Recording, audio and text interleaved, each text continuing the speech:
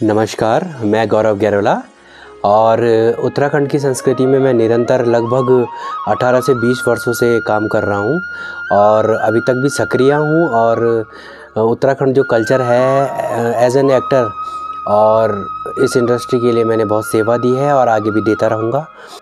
मैंने जैसे कि आपको बताया कि 18 से 20 वर्ष लगभग मैं बोलते हैं कि जैसे बॉर्न चाइल्ड आर्टिस्ट हूँ। तो जब मेरा जन्म ही हुआ था तो तब से बोलते हैं कि जब मैंने जन्म ही लिया था तो मैंने एक आर्टिस्ट के ही रूप में ही जन्म लिया था। बचपन से ही मैं कलाकार हूँ, लेकिन जैसे जैसे धीरे धीरे उसको समय लगता है सीखने में और किसी चीज़ को करने में। तो जब मैं लगभग बचपन से तो काम करता था, 5-6 साल से ही मैं स्कूल की एक्टिविटीज़ में काम करने लग गया था। लेकिन जब मैं लगभग शूटिंग लाइन पे आया, 2006 से आया, उस टाइम मात्र मेरी जो उम्र थी वो 12 साल थी। तो 12 साल से मैं शूटिंग लाइन में आ गया था। तो शूटिंग लाइन में मैं कंटिन्यू अभी तक 2025 तक काम कर रहा हूँ और मार्केट में अभी मेरे हज़ारों गाने आ चुके हैं। फिल्म मेरी 4 फिल्में हो गई है। सबसे पहले जिसमें थी भूली ए भूली, दूसरी फिल्म थी कन्यादान, तीसरी फिल्म थी पदनी जी, और जो मेरी लेटेस्ट और जो सबसे सुपर हिट, तो सारी फिल्में थी लेकिन जो सुपर डुपर हिट होती है वो फिल्म थी जय माधारी देवी, जिसमें गीतकार और जो संगीत था आदरणीय गणरत्न नरेंद्र सिंह नेगी जी का था। और मेरे लिए प्राउड की बात है कि मैंने उनके साथ काम किया और उनके साथ मुझे काम करने का सौभाग्य प्राप्त हुआ। तो यही मेरे प्रोजेक्ट्स हैं और गाने तो तमाम हैं। बहुत से गाने ऐसे हैं कि जो सुपर हिट है, बहुत अच्छे भी चले। कुछ गीत ऐसे होते हैं कि जो नॉर्मल तरीके से, लेकिन बहुत काम किया है और बहुत एक्सपीरियंस भी लिया है। और बचपन से जैसे मैंने आपको बताया कि मैं बॉर्न चाइल्ड आर्टिस्ट हूँ, उस टाइम से मैं कंटिन्यू काम कर रहा हूँ और उस टाइम बिना सीखे और अभी मैंने काफ़ी कुछ इस इंडस्ट्री में और इस फील्ड में बहुत कुछ सीखा। और अभी जो मैं वर्क कर रहा हूँ अनुभव को लेके कर रहा हूँ, क्योंकि अनुभव को लेके जो काम करता है, एक्सपीरियंस को लेके जो काम करता है, शायद वो कभी मार नहीं खा सकता है और बस ऊंचाइयों पे चढ़ता है, बुलंदियों को छूता है। वैसे तो मैं कंटिन्यू उत्तराखंड इंडस्ट्री के लिए काम कर रहा हूँ, लेकिन मेरे खुद के भी सोशल अकाउंट्स हैं और कंटिन्यू मैं उनके माध्यम से भी लोगों का एंटरटेनिंग करता हूँ और लोगों का मनोरंजन करता हूँ। लोगों से मुझे बहुत प्यार मिलता है, सपोर्ट मिलता है। तो जैसे मैं अपने अकाउंट्स के बारे में बता दूं कि सबसे पहले तो मैं जो सबसे ज़्यादा जिस अकाउंट में एक्टिव रहता हूं वो है फेसबुक। तो फेसबुक में मेरा जो अकाउंट है वो गौरव गैरोला नाम से है, जिसमें कि मेरी ही डीपी लगी है। और उसके बाद मैं जो चलाता हूँ सोशल अकाउंट अपना इंस्टा में मेरी जो आईडी है गौरव गैरोला 169। तो ये मेरी आईडी है, आप इसमें भी मुझे फॉलो कर सकते हैं। और साथ में यूट्यूब में भी मेरा सोशल अकाउंट है गौरव गैरोला एक्टर नेम से। आप ज़रूर यूट्यूब में विज़िट कीजिए और मेरे चैनल को गौरव गैरोला एक्टर को सब्सक्राइब कीजिए और फॉलो कीजिए। और मेरी जो मुझसे रिलेटेड वीडियोस होती है, मेरी उत्तराखंड संस्कृति से रिलेटेड वीडियोस होती है, उनको लाइव सब्सक्राइब कीजिए और उनका ज़रूर लुत्फ़ आनंद उठाइए। मैं अपने माता पिता के बारे में एक ही शब्द कहना चाहूँगा कि जैसे बोलते हैं कि किसी भी बच्चे का जो प्रथम गुरु होता है वो माता पिता ही होते हैं। तो बाकी तो हम जैसे जैसे कंटिन्यू अपनी लाइफ में आगे बढ़ते हैं तो हमें अनेक गुरु मिलते हैं, हर क्षेत्र के लिए गुरु मिलते हैं। तो जो मेरे प्रथम गुरु है वो मेरे माता पिता है, क्योंकि सबसे पहले गुरु वो मेरे इसलिए है, उनकी वजह से मैं इस दुनिया को देख पा रहा हूँ, उनकी वजह से मैंने जन्म लिया है, उनकी वजह से मैं इस दुनिया में हूँ और इस इंडस्ट्री में आगे बढ़ रहा हूँ। दूसरी चीज़ है कि माता पिता का मेरे लिए बहुत सपोर्ट रहा है और उनकी वजह से जब मेरे को एक आज़ादी मिली, स्वतंत्रता मिली कि मुझे अपने क्षेत्र में आगे चलना है, मुझे ऐसे कोई बर्डन या कोई उन्होंने प्रेशराइज़ नहीं किया कि आपको स्टडी ही क्षेत्र में जाना है। उन्होंने मुझे कल्चर फील्ड में भी अपना 100% सपोर्ट दिया और स्टडी के जो क्षेत्र है उसमें भी मुझे 100% अपना सपोर्ट दिया। तो इसीलिए आज मैं अपने स्टडी क्षेत्र को भी और अपने कल्चर क्षेत्र को भी दोनों को साथ लेकर आगे चल रहा हूँ।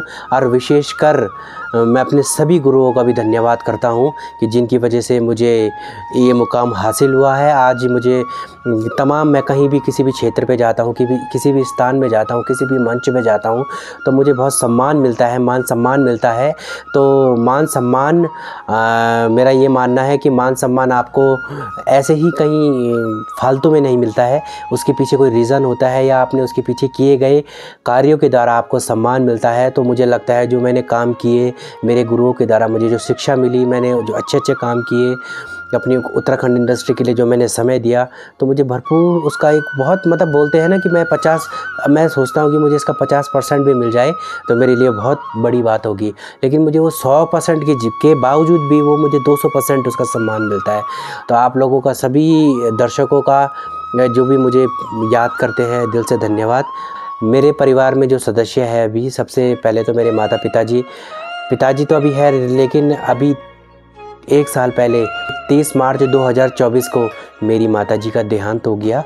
उनकी पुण्य आत्मा को शांति मिले, और माताजी का मेरे लिए बहुत सपोर्ट रहा है, प्यार रहा है, और वो जहाँ भी हो हमेशा खुश रहे। मुझे हर जन्म में ऐसे माता पिताजी मिले, ऐसी माँ मिले।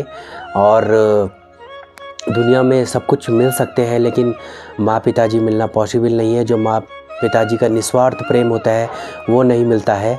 वो जहाँ कहीं भी हो वो बहुत खुश हो, उनका प्यार आशीर्वाद मेरे ऊपर यूँ ही बना रहे, और जैसे आप लोगों का, दर्शकों का प्यार रहता है, तो बस बोलते हैं कि यही है। और साथ में मेरे जो परिवार में हैं, अभी तो फ़िलहाल पिताजी हैं, माताजी का देहांत हो गया, और मेरे बड़े भाई है, मेरी भाभी जी है, उनकी एक बिटिया है मिष्टी गैरोला, उसके भी आप बहुत सारे वीडियोस देखते होंगे। बहुत अच्छे वो वीडियोस बनाती है मेरे साथ, बहुत टैलेंटेड भतीजी है मेरी वो। तो उसका घर का नाम मिष्टी गैरोला है, और स्कूल नेम उसका वैष्णवी गैरोला है। तो बहुत अच्छी टैलेंटेड लड़की है, जैसा मैं बोलता हूँ वो वैसे ही करती है। और मेरा पूरा प्रयास रहता है कि जैसे मैं अपने परिवार में और ख़ुद स्वयं आगे बढ़ रहा हूँ, मेरे साथ जो मेरा परिवार है वो आगे बढ़े। और जैसे आप देखते होंगे, मेरी भांजी के साथ मेरी वीडियो देखते होंगे, मेरी भतीजी के साथ मेरी वीडियो देखते होंगे, तो मैं तो चाहता हूँ कि ये मुझसे भी आगे बढ़े। मतलब मैं अगर 10 कदम चल रहा हूँ तो ये 20 कदम चले, दोनों के दोनों, तो मेरे से डबल चले। और मैं उज्जवल भविष्य की दोनों की कामना करता हूँ, और बस यही रहते हैं। और मेरे परिवार में बोला मैंने, मेरे पिताजी है और मेरी माताजी थी, जो कि 1 साल पहले उनका देहांत हो गया। मेरे भाई भाभी जी, उनकी बिटिया मिष्टी, और सबसे छोटा मैं हूँ। और मेरी सिस्टर है, उनकी मैरिज हो गई है, वो रिसेंटली रुद्रपुर में रहती है। मैं मतलब एक्टिंग लाइन में से तो बोलते हैं ना कि जैसे जिसे बोलते हैं गॉड गिफ्ट, जब जन्म में गॉड गिफ्ट मिल जाता है किसी भी इंसान को, तो वो मरते दम तक वो गॉड गिफ्ट रहता है। और बस मेरा वो एक गॉड गिफ्ट है, मेरा कलाकारी। मैं गानों के साथ फिल्में भी करता हूँ, और मैं वर्तमान में पौड़ी डिस्ट्रिक्ट कोर्ट से वकालत की प्रैक्टिस कर रहा हूँ, और फ़िलहाल यही चल रहा है। और आकाशवाणी पौड़ी केंद्र में भी मैं अपनी सेवाएं दे रहा हूँ। मैं निरंतर आकाशवाणी पौड़ी केंद्र के माध्यम से भी लोगों को जागरूक करता हूँ। जितनी भी आज की युवा पीढ़ी है या जो बच्चे हैं जो आगे बढ़ रहे हैं, मैं यही कहना चाहूँगा, उनको अपने माता पिता का कहना मानना चाहिए। अपनी समय समय पर मतलब अपनी पढ़ाई पे भी ध्यान देना चाहिए। लेकिन देखो, पढ़ाई तो नॉर्मली तरीके से सभी कर रहे हैं, लेकिन उनको अपनी संस्कृति को नहीं भूलना चाहिए, अपने कल्चर पे काम करना चाहिए। जैसे आप देख ही रहे होंगे कि बहुत से बच्चे वेस्टर्नाइज हो रहे हैं, वेस्टर्न कल्चर को ज़्यादा फॉलो कर रहे हैं। मेरा ये कहना है कि उनको अपनी जो उनकी संस्कृति है, वो कहीं भी कोई भी स्टेट है, हो सकता है वो उत्तराखंड हो, राजस्थान हो, या अन्य कोई भी वो स्टेट हो सकता है, वो जिस स्टेट का हो, जिस ज़िले का हो, जिस गाँव का हो, वहाँ का जो कल्चर होता है, वहाँ का जो रहन सहन होता है, जो वहाँ का जो वहाँ की पोशाक होती है, खान पान होता है, उसको फॉलो करे। तो बिल्कुल ऐसा कुछ नहीं है उसने अपनी भाषा में बोल दिया तो वही केवल उसका एक कल्चर है। वो भी एक कल्चर है, बोली भाषा भी एक कल्चर में आता है। लेकिन ठीक है, वो जिस वातावरण में जो रह रहा है वो उस लैंग्वेज को यूज कर सकता है। अब सपोज दैट है हम इंडिया में रहे और कहीं इंग्लैंड में जा रहे हैं, तो वहाँ पे जाहिर सी बात है हिंदी नहीं बोल सकते ना, क्योंकि वहाँ पे वहाँ का जो कल्चर है इंग्लिश बोलना है, तो हमको वहाँ पे इंग्लिश का प्रयोग करना पड़ेगा। तो वैसे ही वो चीज़ होती है कि कुछ चीज़ें ऐसी होती है कि हमको वहाँ के हिसाब से ढलना पड़ता है, लेकिन कुछ चीज़ें ऐसी होती है कि हम उसको अपने हिसाब से उसको यूटिलाइज कर सकते हैं। तो खाना हम अपने हिसाब से खा सकते हैं, बोल हम अपने हिसाब से सकते हैं, अपना जो पहनाव है हम उसको अपने हिसाब से कर सकते हैं। जो पॉसिबल है, जहाँ पे कुछ कभी लग रहा है कि भाषा में आपको अंतर आ रहा है, भाषा में आपको दिक्कतें आ रही है, तो भाषा आप वहाँ की यूज कर सकते हो, लेकिन कम से कम खाना पीना रहना रहन सहन आप अपने हिसाब से तो कर सकते हो। तो बस मेरा यही कहना है कि आप कहीं भी रहिए, देश के किसी भी कोने में रहिए, लेकिन अपने कल्चर से जुड़े रहिए और अपनी संस्कृति में काम कीजिए, तो आपको सुकून भी मिलेगा, शांति भी मिलेगी और आपको सेटिस्फेक्शन मिलेगा। मैं बता सकता हूँ कि जैसे हमारे ट्रेडिशनल फूड में, जैसे मैं उत्तराखंड से बिलोंग, मैं गढ़वाली में बोल लूँ कि लाइक मैं अब जब ट्रेडिशनल की बात आनी चाहिए तो मैं गढ़वाली में ही बोल लूँ।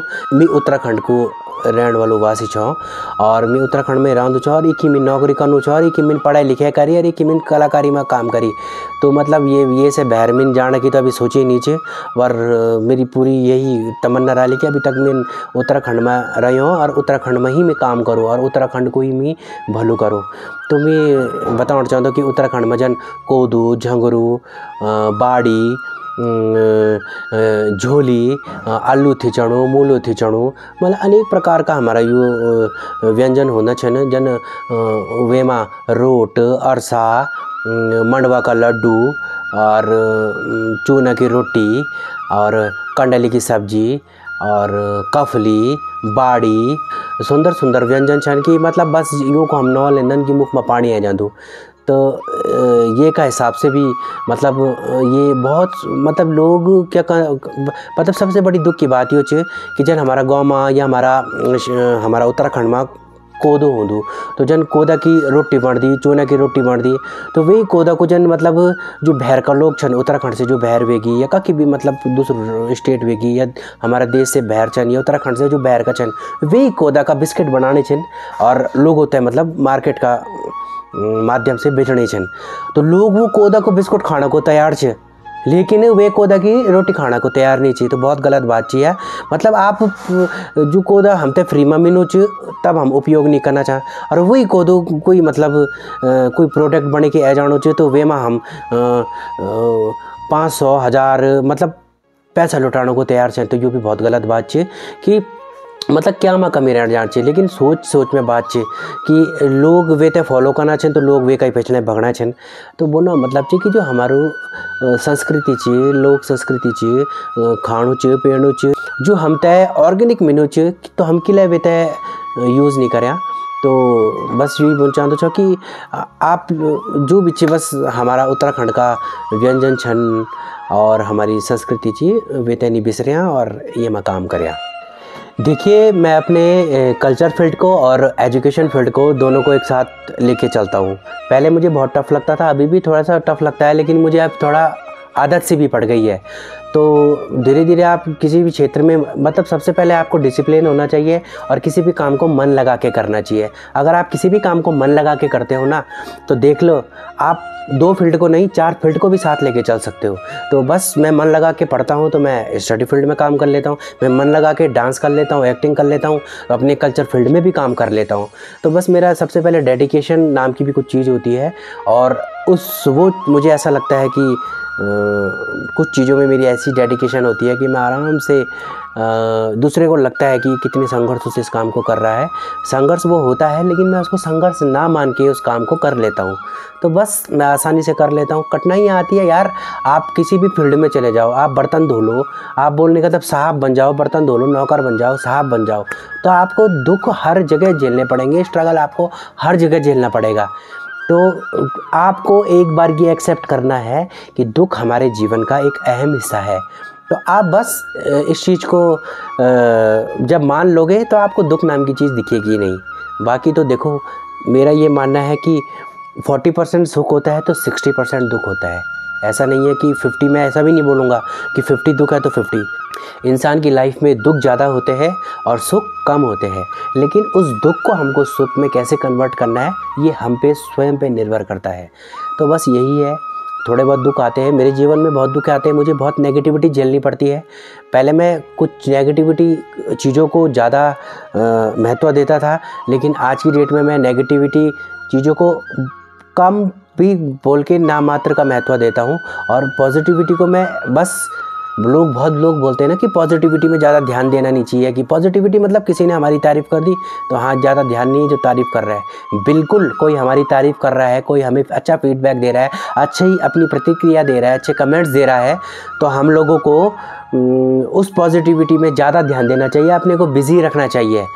तो बस यही है। और जो नेगेटिविटी है उसको भूल जाओ यार, कोई तारीफ़ कर रहा है उसी में डूब जाओ, और जो नेगेटिविटी है उसको छोड़ो उस चीज़ को। तो बस खुश रहिए, क्योंकि ये जीवन एक बार मिलता है। और बस हम बोल रहे हैं ना, मैं आपके सामने भी बात रख रहा हूँ, कुछ टाइम बाद या कुछ टाइम बाद यही चीज़ें रह जाएगी और मेरे ये वचन रह जाएंगे। तो बोलने का मतलब है, ये लाइफ एक बार मिलती है, जो आपको करना है इस पीरियड में कर लीजिए, और अपना जाते जाते नाम कमा के आप चले जाइए, क्योंकि जाना एक दिन सबने है। एक कोई कुछ ना करके भी जाता है, कोई सब कुछ करके भी जाता है, तो क्यों ना कुछ किया जाए और तब जाया जाए। तो बस यही है, कुछ करो और फिर मरो। मैं सभी बच्चों के, या आने वाली जो या हमारी युवा पीढ़ी है या आने वाली पीढ़ी है, उनके माता पिता को या उनके परिवार वालों को यही संदेश देना चाहता हूँ कि देखो, पढ़ाई तो ऐसी चीज़ है ना कि जो बच्चा नहीं भी पढ़ना चाह रहा होगा तो आपको उसको तब भी पढ़ाना है, क्योंकि पढ़ाई तो हमारे जीवन का एक हिस्सा है ही। पढ़ाई ज़रूरी है यार। तो कहने का मतलब है कि जब भगवान के टाइम पे शिक्षाएं हुआ करती थी, वो अपने गुरुओं से शिक्षा लेते थे। कोई बाण चलाने की लेता था, कोई शास्त्रों की लेता था, कोई मंत्रों की लेता था, कोई वेदों की लेता था, मतलब इस तरीके के चीज़ों की शिक्षा लेता था और आश्रमों में रहा करते थे। फिर अपने 10-10, 12-12 सालों की शिक्षा ग्रहण करके वो एक महान योद्धा या कोई राजा सिंहासन में, राज सिंहासन में बैठा करते थे। वही है, अब नॉर्मल हो गया है। जैसे पहले राजा हुआ करते थे, अब लोग अपने साहब बन रहे हैं, कोई जज बन रहा है, कोई कुछ बन रहा है। तो ठीक है, वो एक मुकाम है। आपको पढ़ाई किसी मुकाम में पहुंचने के लिए किसी चीज़ को अध्ययन करना, उसके लिए स्टडी करना ज़रूरी है, किसी मुकाम में पहुँचने के लिए। अगर किसी को वाकई में कुछ बनना है, किसी को कुछ भी है। लेकिन मेरा ये मानना है ना, कभी ये हो जाता है कि मैं सभी पेरेंट्सों से ये कहना चाहता हूँ कि कभी होता है बच्चे को, देखो चाहे कोई बच्चा पढ़ाई में कम होता है, कोई बहुत ब्रिलियंट होता है, क्यों अंतर आ जाता है? एक ही माँ के पेट से अगर 2 बच्चे हो जाते हैं, दोनों में अंतर आ जाता है। कोई दोनों ब्रिलियंट निकल जाते हैं, कोई एक कम पढ़ाई में होता है, एक तेज में हो जाता है। लेकिन एक का कभी ऐसा भी हो जाता है कि एक बच्चे की रुचि किसी चीज़ और में चले जाती है, एक की पढ़ाई में या किसी और में चले जाती है। तो देखो, पढ़ाई तो आपको अपने बच्चों को करवानी है, लेकिन आपको एनालाइज भी करना है कि हमारे घर का बच्चा है या हमारा जो बच्चा है उसका रुझान किस ओर है। मतलब वो डांस में है, एक्टिंग में है, पेंटिंग में है, किसी कलाकारी में है, कला में है, या कलाकार बनना चाहता है, या किसी भी चीज़ में है, वक्ता बनना चाहता है, पत्रकार बनना चाहता है, एडवोकेट बनना चाहता है, कुछ भी। चलो ठीक है, कुछ हमारे पढ़ाई के क्षेत्र ऐसे, वो तो स्टडी में ही आ गए, लेकिन वो पढ़ाई से हट के कुछ अलग क्षेत्र में कुछ काम करना चाहता है, तो आप उसको एनालाइज कीजिए, आप देखिए, आप उसको हल्के में मत लीजिए। हम लोग हंस जाते हैं कि यार इससे क्या होगा, उसको डांट देते हैं, उसको बुरा बुरा बोल देते हैं। लेकिन आप एनालाइज कीजिए कि वो करना क्या चाहता है। एक बार आप उसका साथ दीजिए, देख लीजिए। अगर आपने उसका साथ दे दिया और अगर थोड़ा सा उसने मेहनत कर ली तो वो उसमें ही महारत हासिल कर देगा, और उसी में आप जो उसे किसी दूसरे फील्ड से करवाना चाहते थे, एक नाम रोशन बोलते हैं, जैसे अपना एक अच्छा पैसा कमाने के लिए एक सोर्स ऑफ इनकम भी वो कम करेगा, अच्छा कमाएगा, और आपका परिवार, अपने परिवार का नाम भी रोशन करेगा।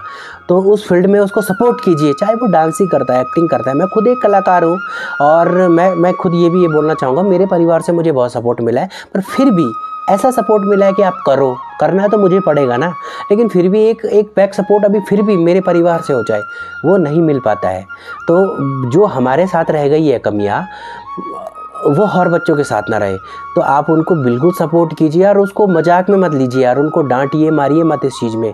वो बोल रहा है कि मुझे ये करना, बस उसको गलत कोई रहा है, वो अगर बीड़ी सिगरेट पी रहा है, वो तंबाकू खा रहा है, भंगला पी रहा है, वो दारू पी रहा है, मदिरा का सेवन कर रहा है, तो ये चीज़ें गलत है। आप उस चीज़ में उसे टोकिए, उसे मारिए, उसको उस चीज़ को गलत रास्ते से या उसको भटकने से रोकिए। ठीक है, आपको उसको रास्ते पे लाना है। लेकिन कोई अच्छा फील्ड है तो आप उसमें उसको रोक के ज़बरदस्ती दूसरे फील्ड में डाल रहे हो, ये चीज़ गलत है।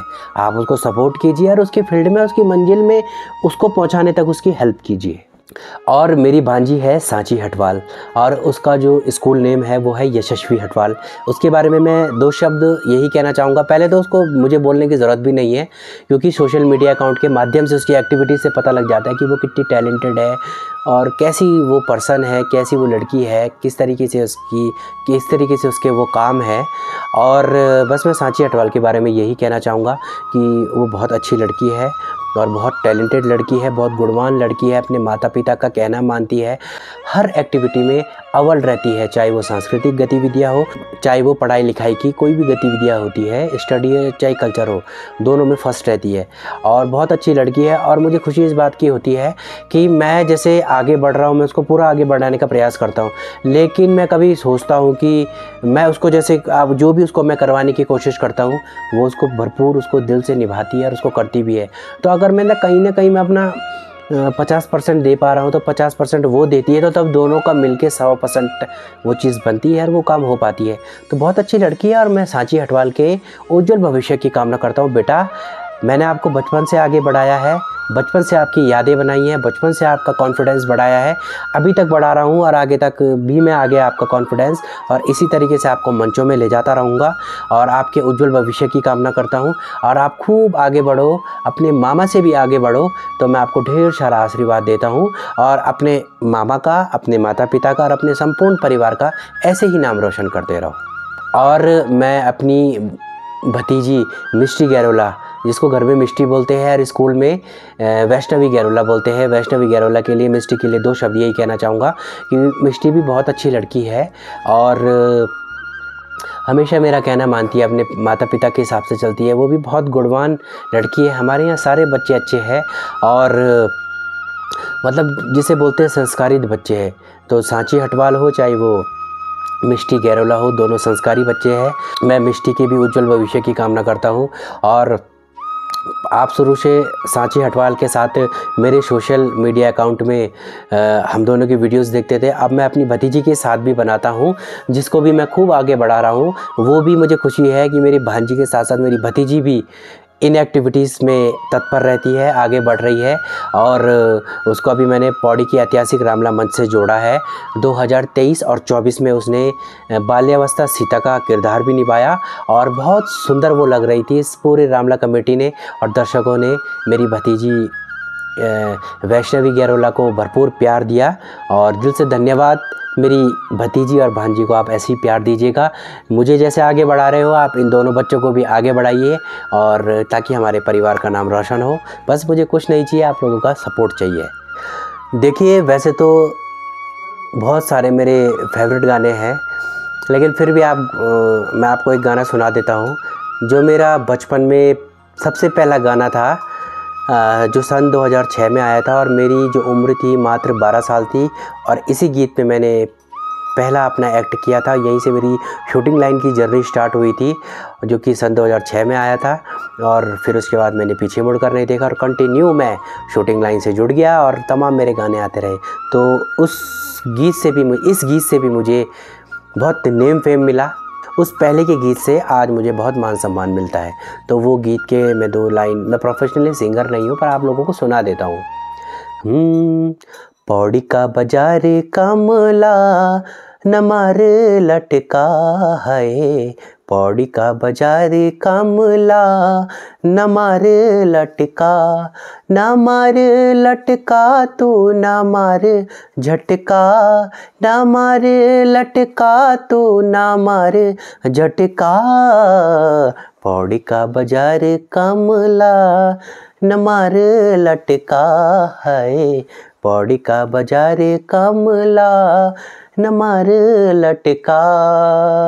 नाक माँ की फूली कमला, नाक माँ की फूली, नाक माँ की फूली कमला, नाक माँ की फूली, पौड़ी का बाजारे आंधी यकोली यकोली, पौड़ी का बाजारे आंधी यकोली यकोली, यकोली यकोली कमला नमार लटका है, यकोली यकोली कमला नमार लटका, नमार लटका तो नमार झटका, ना मार लटका तो ना मार झटका, पौड़ी का बाजार कमला न मार लटका, हाय पौड़ी का बाजार कमला न मार लटका।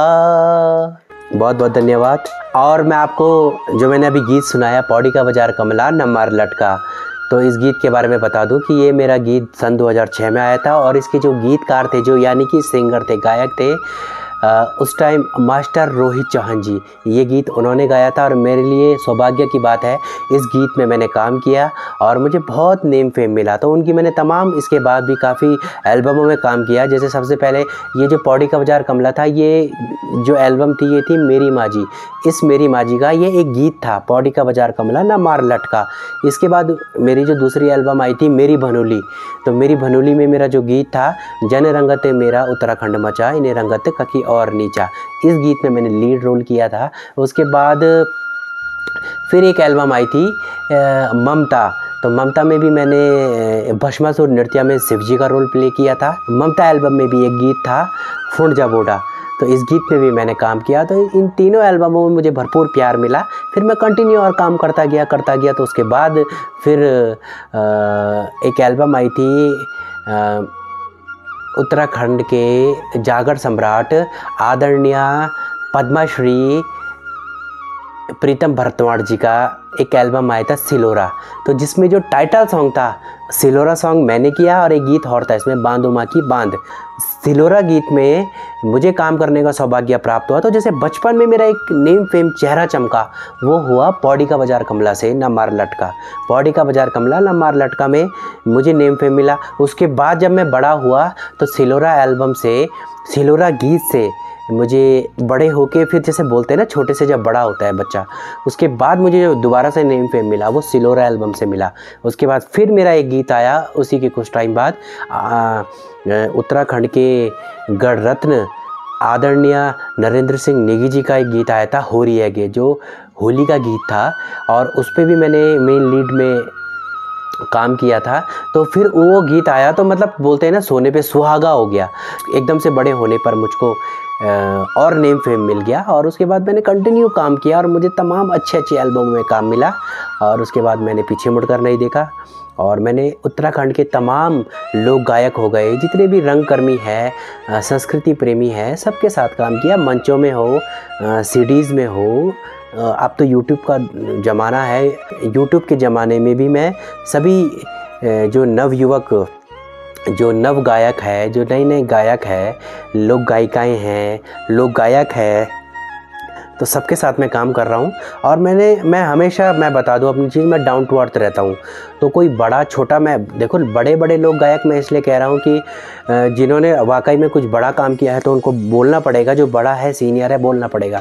लेकिन मैंने कभी अंतर नहीं किया है कि बड़े लोक गायक और जो कंटिन्यू अभी स्टार्टिंग कर रहा है लोक गायक, या स्टार्टिंग कोई गायक में आता है, तो मैंने कभी भेदभाव नहीं किया है। मैंने सबके साथ इक्वल तरीके से काम किया।